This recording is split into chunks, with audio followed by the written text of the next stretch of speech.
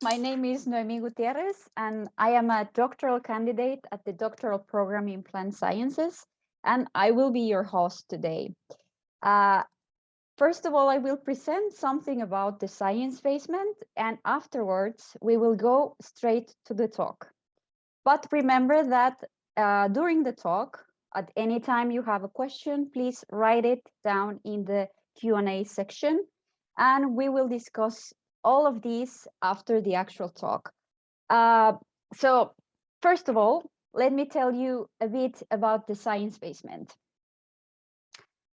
At the science basement, we have different projects, so early career scientists and research enthusiasts can explore their favorite way to do science communication, aka SciComm.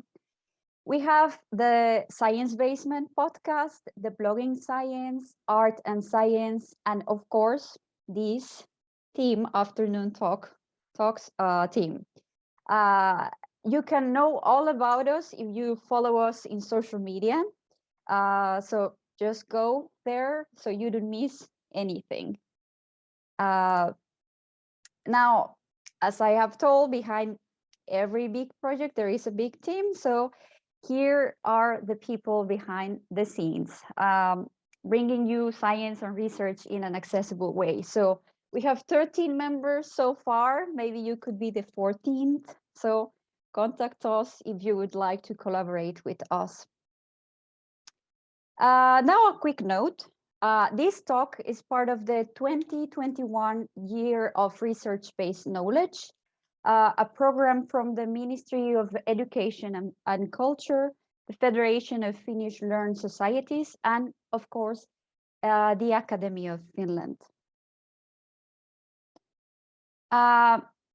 Now, before I give the stage to our amazing speakers, I would like to remind you about our upcoming talk, which will actually be given by myself. So I will be really happy if you go there and attend. And this will be about plant molecular farming, or how tobacco plants can be engineered for health. This will be our actual last talk. So on December 16th at 4:30, same time, well, Helsinki time. So join us for that last talk, which is obviously really close to my heart. So please don't disappoint me and join us.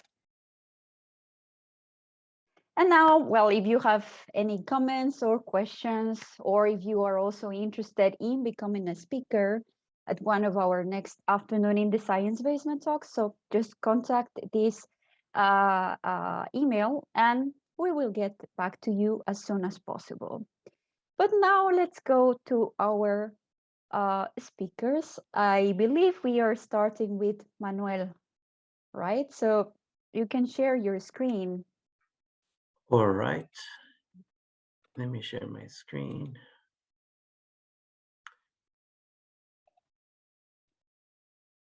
Can you see the full screen? Great. Yes. All right, so good afternoon, everyone.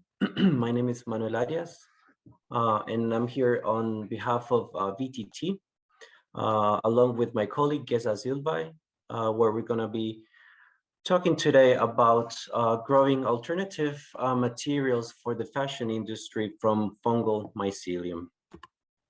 And a bit of introduction about ourselves.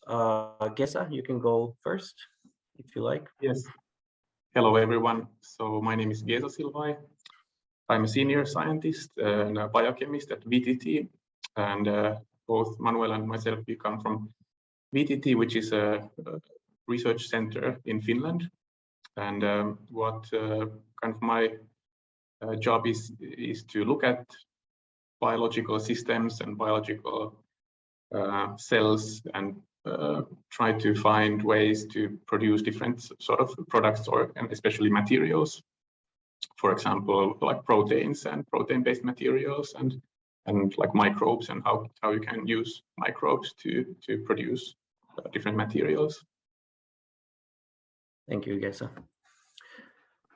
Yes, And about myself, so I'm Manuel. I go by Manu, and I'm originally from Costa Rica, but I have been now living here in Finland for quite some time.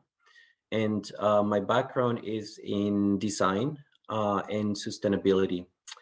And for the past few years, yeah, I've been now, I guess you can say I'm one of these hybrid designers that we are seeing more and more in the industry, where, yeah, my role at VTT has been to look at these living systems and try to see how then through design we can also work together with these other more scientific methods. So in that sense, it has been, yeah, pretty fun journey to be like at VTT and working with the scientists and to look at these materials from this design perspective. And my focus has been on fungal mycelium. So a bit of what you will learn about in today's talk. So first, we will be covering a bit of the history of making mushroom leather. And then after that, I'll be talking a bit about growing mycelium in the lab and how that is how it's been done at the moment. And after that, I will be talking a bit more about this interdisciplinary collaboration. So looking into how then biotechnology and design are quite a good match then for this material making, and how it can really transform the manufacturing industry for the making of new products and so on. And then we'll be going into Filumio, which is the technology that we have been developing at VTT for making fungal leather. And then we'll be wrapping up the session with a look at the life cycle of mycelium-based materials. So just to put us into the mindset of mushrooms. So they are a very important part in the forests because they bring equilibrium to these forest ecosystems.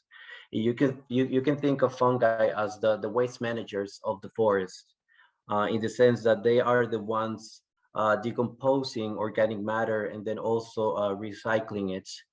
So in that sense, actually, they can serve as a lot of inspiration for us as scientists and designers to try to be inspired by these ecosystems, like these natural systems, and try to incorporate those into our own research and the technologies that we are developing. So now I look back at mushroom leather. So let's say the art of making this mushroom leather is actually not very new. It has been done already for quite some time. And data shows that this sort of handicraft of making mushroom leather goes back to many years like has been done for many years, and it originates from Eastern Europe. There's a lot of information actually saying that it kind of like started in Romania. And so what this is actually like what they use for the making of this mushroom leather is this bracket fungus. So it's a picture that you see on the bottom left-hand side. And then what they do is that they cut this mushroom and they use part of it, and then they process it in a way that then they make this sheet. And then this sort of like sheet resembles the properties of animal leather. It's quite like soft to the touch and so on. And this material has been used for quite some time now for the making of different products. And it has been handcrafted for the making of these different products. And even now today, like there are some designers, for example, Mari Koppanen, Finnish designer, who has been she has been inspired by actually this handcraft, and she has been working very closely with these local communities in Romania and creating her own products, and then kind of like being acting as the bridge to then kind of like bring this handcraft into the market and so on, and work very closely with these communities there in Romania. So as you can see, it's something that has been done already for quite some time. And at VTT, we have been quite interested in these fungal structures. So we have been studying, actually, we have been using microscopy to look at the microstructure of mushrooms, of this mushroom specifically. And as you can see in the video, it's quite nice how, by looking at this micro level at the structure, you can see that some of the layers, like some are quite hard, other more porous, other like even softer and so on. So it's really, like, from also like a design point of view, it's quite amazing to see how nature actually has its own ways of working, and it's so perfect. For example, here at the bottom, you can see those pictures of this like random network of micro-sized filaments, and once you which give form to these forest structures. So it's really crazy to see how like nature is so perfect, and actually we could imitate these sort of structures through by designing different materials and also products that then can be inspiration from nature's ways of working. And yeah, and different parts of this mushroom have so these unique microstructures and also different chemical components. So we have been looking at this at VTT quite a lot, taking as a reference this bracket fungus, which goes by the name of Fomes fomentarius. And now, so that's a bit of this mushroom leather. And then there's also this mycelium. So what I was talking about pretty much was the fruiting body. So you have the mushroom, that's the fruiting body. But below this mushroom, we have these hair-like structures growing in the ground. And this is what we call mycelium. And what this is, or like the process pretty much starts with a tiny little spore. And then this spore grows into this long hypha. And then the network, the collection of this hyphae, that's what we call mycelium. And that's what gives the shape, or like that's what creates this fungal material. And there are actually two different ways to grow this material. There are two ways to play with mycelium. So one is pure mycelium, and that one is actually quite good for this flexible material. So this being the fungal leather. And then the second one, it's this mycelium composites. And how this is that you use a substrate when you inoculate, then the species there and starts to grow, the mycelium starts to colonize this substrate and then creates this hard material. Or it can also be used for structures that are more like foamy. And yeah, and then going back to this pure mycelium, how it's grown there, it's we use, like, let's say this liquid media, and then the mycelium, this sheet, grows on top. And when I say media, that's kind of like the food for the mushroom, for the mycelium.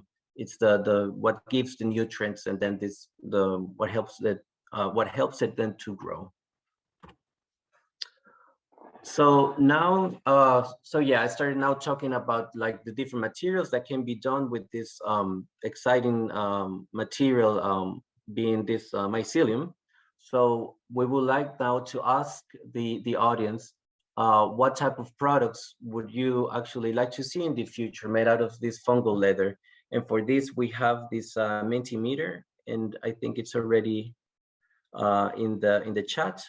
So please go ahead and now access the Mentimeter and put your ideas there of what you would like to see in the future being made from this fungal leather. All ideas are welcome. There's no wrong or right, or even the crazy ones are welcome.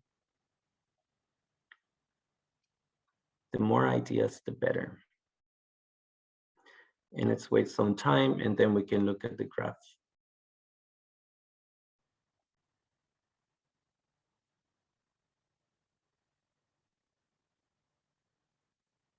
I see also some action taking place in the chat. That's nice. Yes, now I do not have yet. Oh, now they are coming. So I will share for a bit how this in real life is. Do you see my screen? Do you see the word cloud? Not yet. Should I stop Oh. sharing now? No, it's fine, I think. Do you see it now? I think now. Yes. Yeah, so there it is. So we are seeing interesting ideas of products. Nice. Mouse pads. Interesting. Yeah. Clothing, shoes. Yeah, keep those coming. That's great.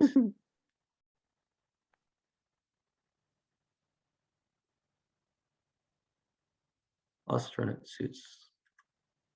Kayaks even.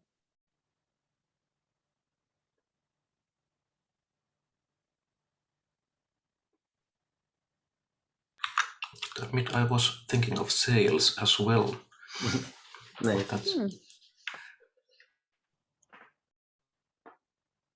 That would be actually pretty cool because you could maybe do something while it's, you know, out there in the open sea. You could have some sort of interesting function actually. Can you make it self-repairing?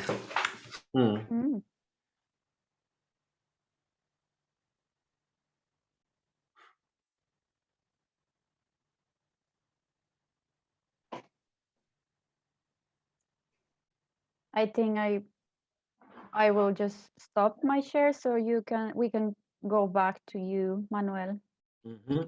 Great.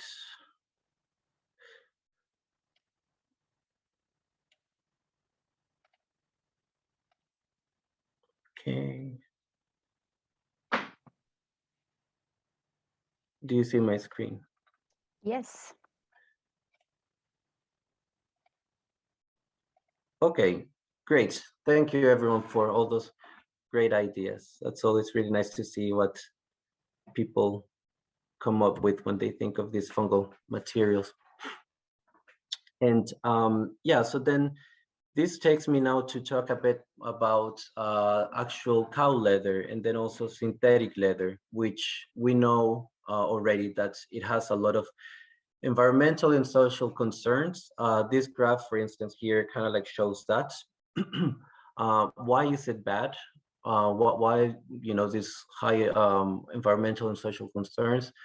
Well, for many reasons. One of them, for example, it's the chemistry behind, or like if you think of the different dyes that are used, many of them have are quite toxic to the environment, are disposed also not in the best ways. There's also a lot of this like fossil oil depletion or eutrophication, the potential to global warming, the use of water, of course, which is quite big and a big problem in some countries as well. But also something to note with this sort of data, I think we should also be quite critical in the sense that when it comes to the leather industry, and I think this is why it makes it so hard to play with real or like accurate data, the information or like the data is very volatile. So it really changes a lot from one source to the other. So, and for example, some people might tell you also that, you know, the leather is not all bad because it comes from, it's a byproduct of the meat industry. So of course, that's also to some extent true, but there are all these things also that, you know, come to the fact that it's a living animal, where how's the cattle or like the cows raised and so on. So it's quite a complicated industry, but this graph is just here to show a bit of this kind of like, yeah, environmental and social concerns behind the making of cow leather and then also synthetic leather.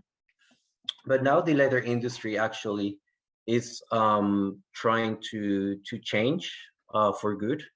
In one way, the leather industry is actually trying to make existing processes more sustainable.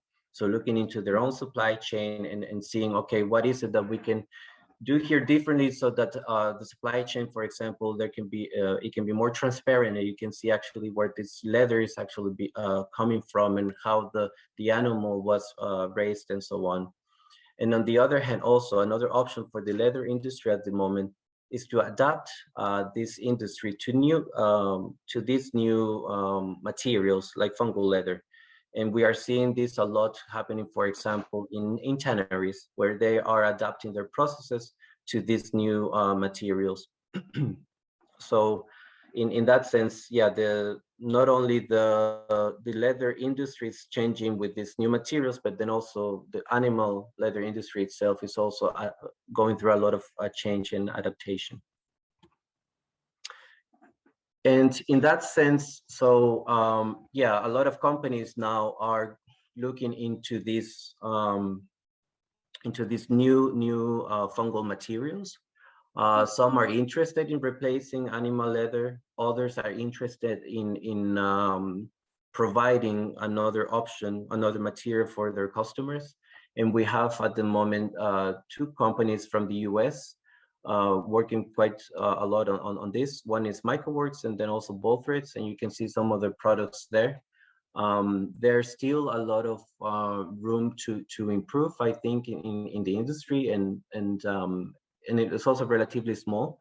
But I think more and more, I think these materials, we will see them everywhere, and it will be, you know, this the properties of the material, I think they're going to improve more and more as we move forward with the development of these materials. So in that sense, I mean, it's quite an exciting material in the sense that you can grow it in the lab, and then from that, you know, play a lot into how you manufacture the product and the different sizes and the design aspects and so on. So it's quite unique in that sense. So then this now brings me to interdisciplinary collaboration. And so I just mentioned now these companies who are producing these materials. And I think, yeah, it's quite, if we look at the history of materials, for example, in the 50s and 60s, it was quite a technical field, or like an area where materials were being created with those with only like this technical knowledge. But nowadays, and with these examples of these companies, for example, producing these fungal materials, we're going into a period where not only are the scientists, for example, developing these materials, but also designers. And these brands kind of like show that, in the sense that designers have also been, you know, from the very beginning of the process, involved in making these materials. So I think nowadays, when we look at these bio-based materials, we should look at them not only from, let's say, from biotechnology or only from design. I think really, like, it's quite important that we look at them from both areas and we work together. And this is what at VTT we have been doing with these materials. And we have seen that this sort of collaboration, where you mix, you know, this technical know-how with also the design know-how, brings a lot of value. Because, for example, with through biotechnology, you have, yeah, this technical knowledge to do these things, but then also through design, design as a discipline is very human-centric. And you also are, as a designer, we are used to creating futurist scenarios. So in that sense, I think it really helps then to look at these technologies from all those different angles. So by understanding how these technologies function, then we can think of those possible futures, and then think together of how, like, products could be done in the future through these new technologies.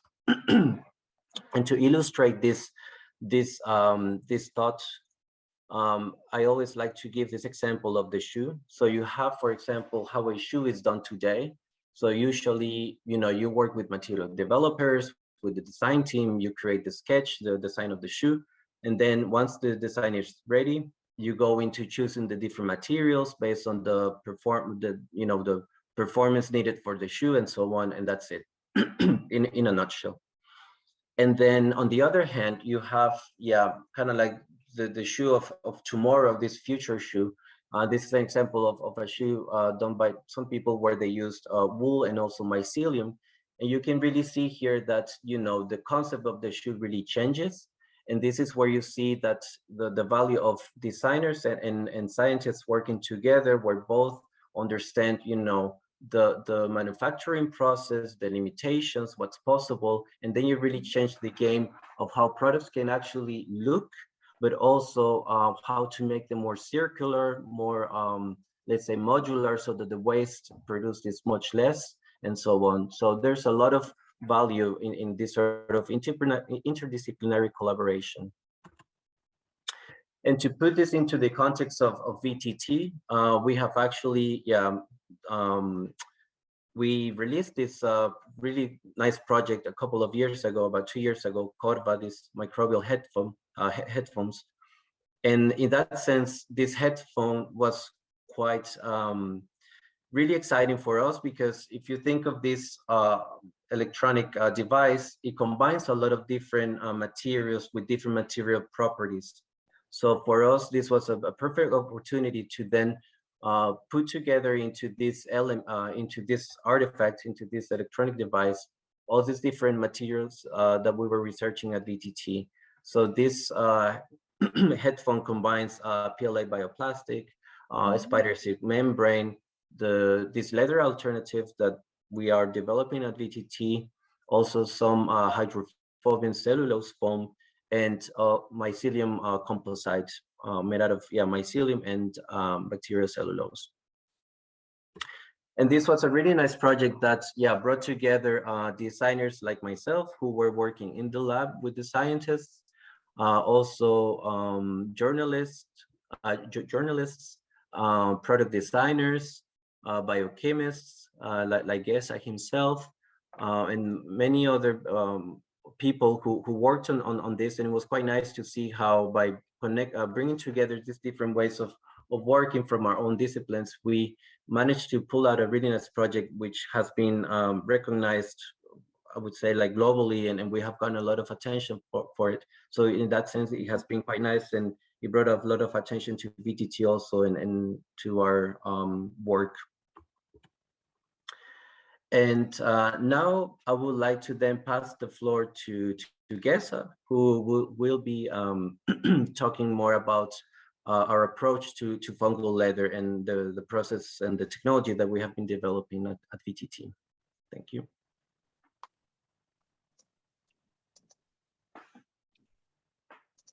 Yes. So let me see.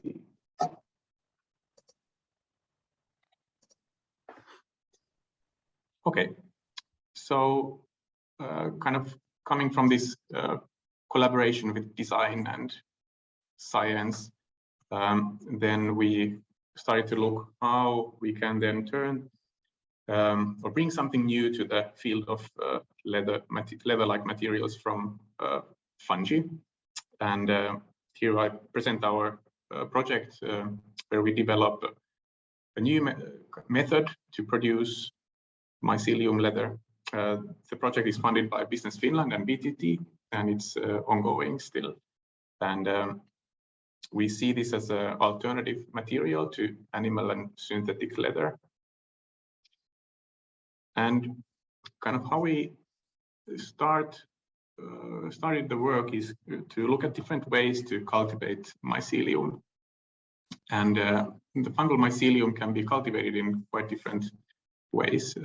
One very typical is this solid state fermentation. This is actually how edible mushrooms are farmed today.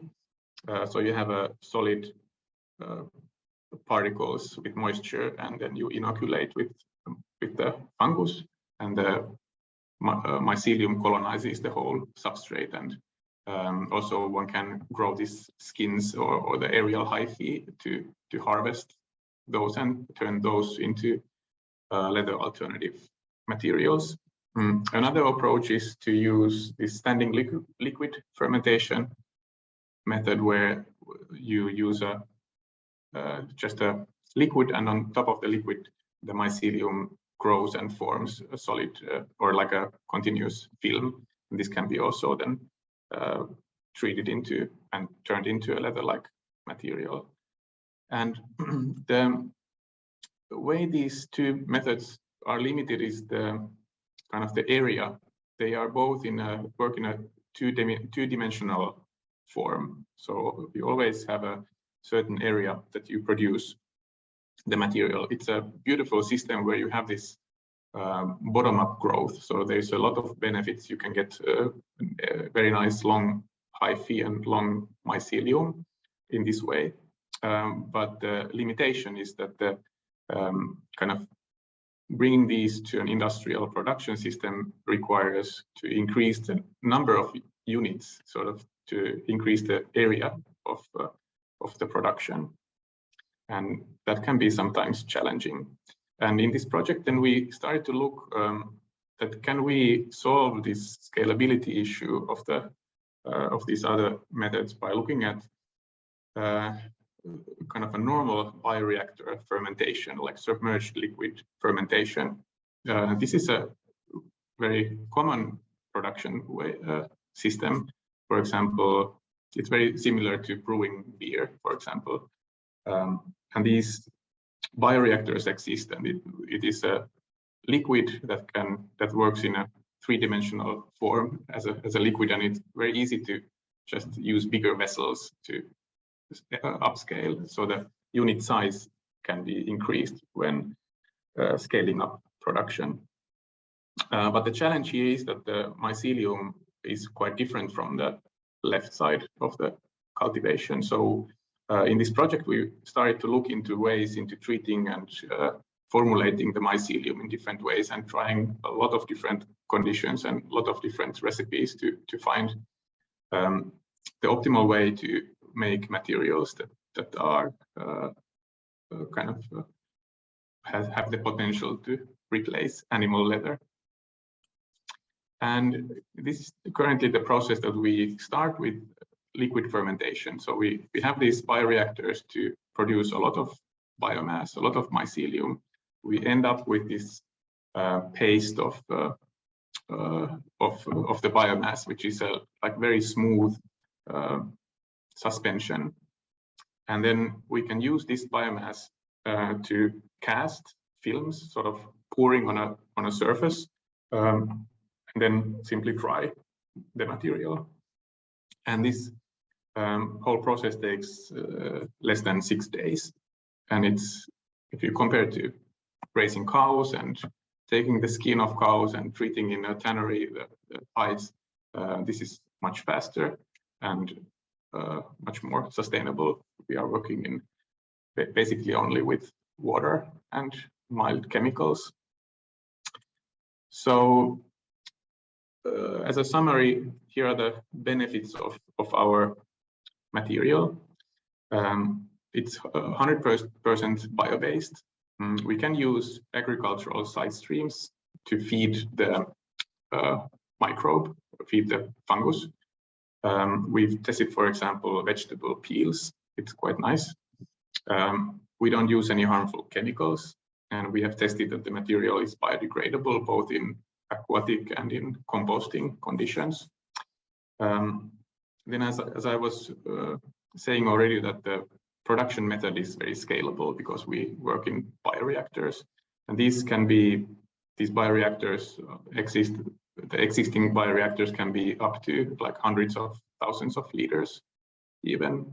So there is technology already existing for scaling up these kind of processes.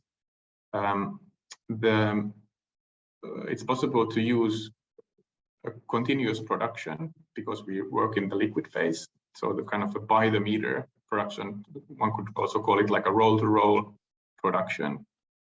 And this is why we get a very consistent quality of the material. And it can be also very competitive price for the production of the material. So kind of one of our milestones in the project has been to demonstrate this continuous production. And we've been able to make materials that are a bit more than 3 meters long. One could do longer, of course, but this has been the demonstration of the process. They are very narrow still. For textile industry, we would need, of course, wider. So there is, of course, a lot of work to be done still to upscale this for really commercial production.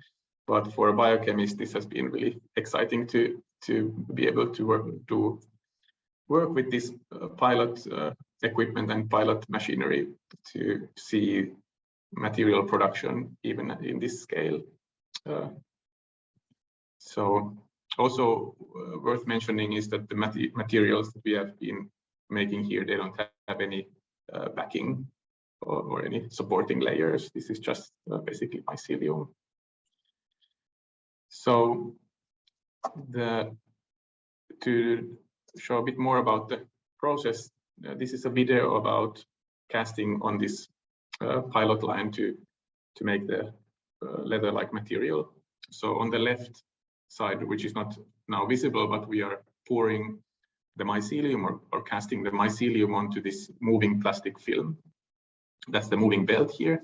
The belt is moving 1 meter per minute, and you can see the mycelium being casted into this long film, and then after this it is dried to get the final material. And so we can very easily change the thickness of the material. From the strength, this is comparable to animal leather, which is quite amazing, that from using fungi you can really, from the strength of the material, get values that are comparable to cow leather. There are still many sort of properties that we need to explore more. For example, abrasion resistance, also how the material is colored, how we can make a surface finishing to the material. But some exploration in this field, we have tried kind of making surface patterns. This is quite easy to achieve. We can use custom-made patterns to cast the film on top, so that we can get in this kind of this geometric figures, but also like a fake leather type of patterns. Also, we can mix different colors and get this marble effect on the left, but also like solid colors, or they can be sometimes also a bit translucent. So a bit work in the colors, but there is a lot of still unknowns how one can then use, for example, dyeing methods to try different colors. It will be here also quite interesting to use bio-based colors and not to need to use some of these quite harsh chemicals for dyeing. And looking at the life cycle of mycelium in general, about mycelium materials and specifically the leather-like material.